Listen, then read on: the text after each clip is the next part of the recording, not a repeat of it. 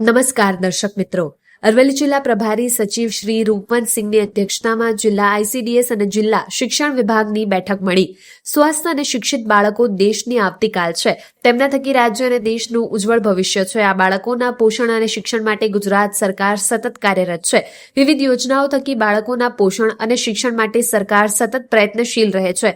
અરવલ્લી જિલ્લાના પ્રભારી સચિવ શ્રી રૂપવંતસિંહના અધ્યક્ષસ્થાને આજે જિલ્લા આઈસીડીએસ અને શિક્ષણ વિભાગની બેઠક યોજાઈ, જેમાં આઈસીડીએસ વિભાગ દ્વારા યોજાનાર આંગણવાડી પ્રવેશોત્સવ 2026-27 બાળક પાલક સર્જન કાર્યક્રમ અંગે ગહન ચર્ચા કરવામાં આવી. આ કાર્યક્રમ અંતર્ગત બાળકોના આંગણવાડીમાં પ્રવેશ અંગે માતા પિતાને માર્ગદર્શન આપી જાગૃતિ કેળવવામાં આવશે. સાથે જ આંગણવાડીમાં પ્રવેશ મેળવનાર બાળકોનો ભવ્ય પ્રવેશોત્સવ કાર્યક્રમ યોજી તેમને પ્રોત્સાહિત કરવામાં આવશે. સાથે જ જિલ્લામાં ચાલી રહેલા પોષણ સંગમ અભિયાન વિશે પણ ચર્ચા કરવામાં આવી, જેમાં કુપોષિત અતિ કુપોષિત બાળકોના પોષણયુક્ત ભોજન પરિવારજનોને યોગ્ય માર્ગદર્શન આપવામાં આવતું હોવાની પણ વાત કરવામાં આવી હતી.